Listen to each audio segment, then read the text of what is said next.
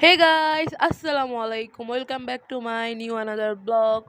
Welcome back to my YouTube channel Fahmida 99. আজকে আমি আপনাদেরকে দেখাবো একটা নতুন জিনিস। সো চলুন বেশি কথা না বলে দেরি না করে কলিং বেলে টিপ দিয়ে দিচ্ছি। আজকে আমি আপনাদেরকে আমার পুরোটা বাসা ঘুরে দেখাবো। সো এই যে দরজাটাও খুলে দিয়েছে, এখন আমি আস্তে আস্তে রুমের ভিতরে প্রবেশ করছি। সো দেখুন পরের ভিডিওটা, রুমের কি অবস্থা। এটা হচ্ছে আমাদের ডাইনিং রুম।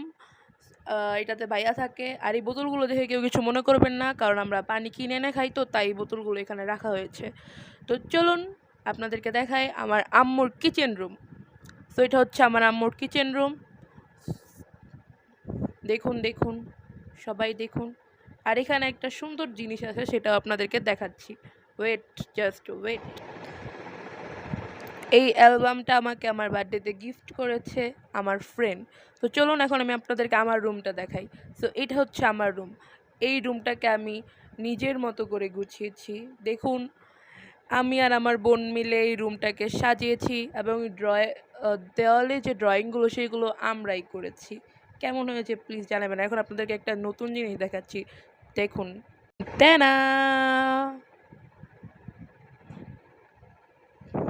দেখুন দেখুন গাইস, দেখুন।